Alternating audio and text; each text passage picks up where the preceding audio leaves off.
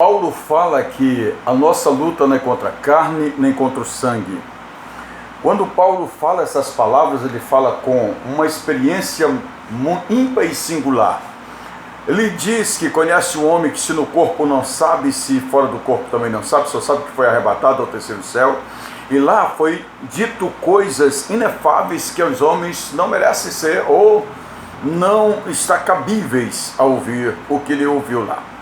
Paulo aprendeu quando foi arrebatado do seu corpo. Ele disse: do corpo não sei, se fora do corpo não sei. E a Bíblia diz que corpo e sangue não herdam os céus. Então, nessa época que Paulo foi arrebatado, até então, se o corpo não está glorificado, porque os nossos corpos serão glorificados só no momento do arrebatamento da igreja, que esse corpo que é mortal se revestirá da imortalidade, que é corrupto se revestirá da incorruptibilidade, a qual Paulo traça pelas verdades ímpares e singular e bíblica e cristocêntrica. Paulo sai do seu corpo, vai em espírito e alma, chega até o céu, onde Cristo leva até a sala do trono e lhe dá uma aula de teologia, doutrinas da igreja, coisas espirituais. Paulo então diz: olha, a luta nossa não é contra a carne, não é contra o sangue, mas é contra as potestades, principados, dominadores de tronos, contra o príncipe deste mundo que está aí no mundo dos exteriores.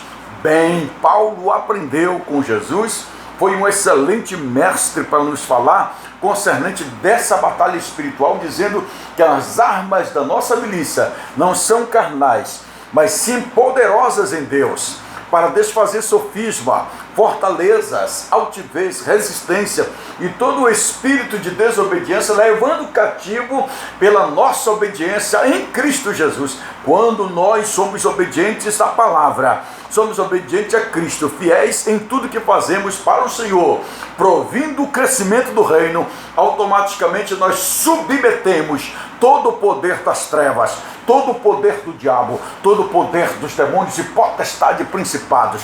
Com essas razões é que eu fico analisando assim, não só Paulo traçou essa batalha espiritual para ganhar o mundo e o coração dos homens. Jesus foi um excelente mestre.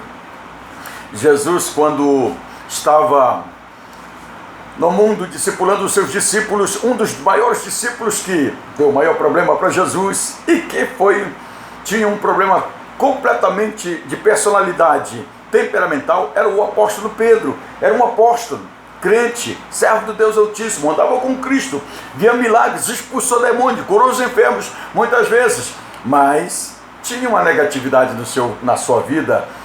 Pedro teve vários problemas.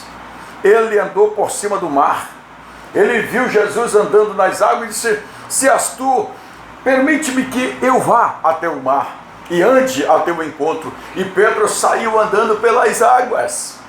Ele andou e começou a afundar. Senhores, muitas pessoas criticam a Pedro, porque Pedro entra nas águas e afunda. Pior se Pedro não tivesse tentado essas realidades espirituais, essas experiências ministeriais, se ele não tivesse entrado. Dois homens apenas, dois homens na história bíblica e na história mundial desafiaram a gravidade da terra. Primeiro foi Jesus, que andou por cima das águas. Segundo foi Pedro, que andou por cima das águas. Alguém pode dizer: mas você afundou. Eu afundei, mas eu andei por cima das águas. Glória a Jesus.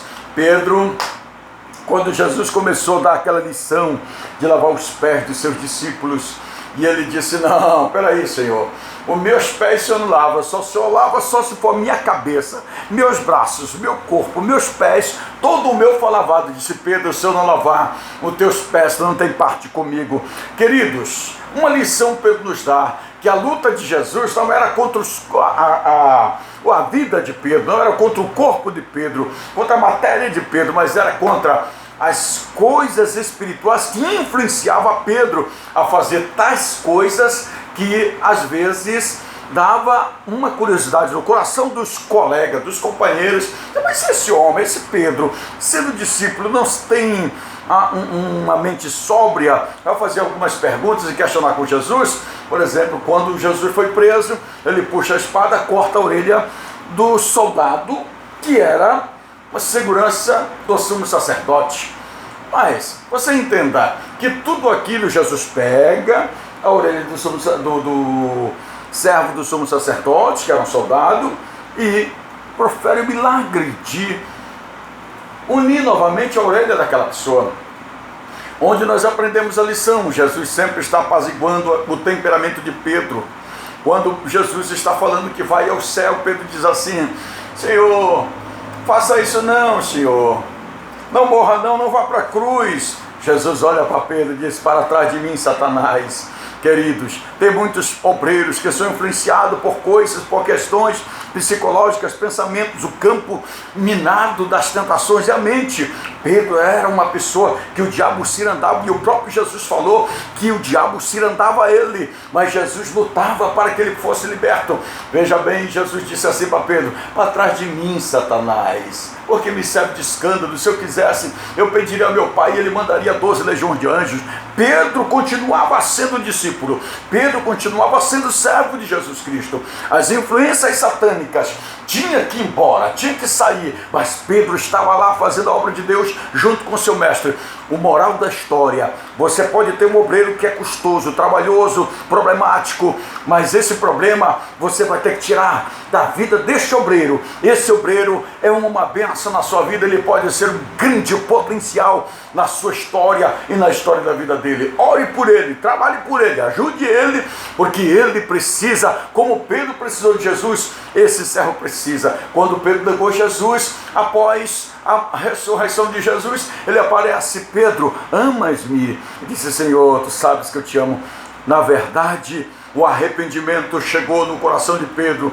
Todo homem chega ao ponto de se arrepender. Todo homem chega ao ponto de chegar ao momento de dizer: Senhor, eis-me aqui, eu estou arrependido e quero dizer a você que eu te amo, Senhor. Muito obrigado, que Deus abençoe. Eu sou o apóstolo Emmanuel Costa, pastor presidente da Igreja Evangélica Assembleia de Deus, Ministério Deus Conosco, cidade de Macapá, estado do Amapá.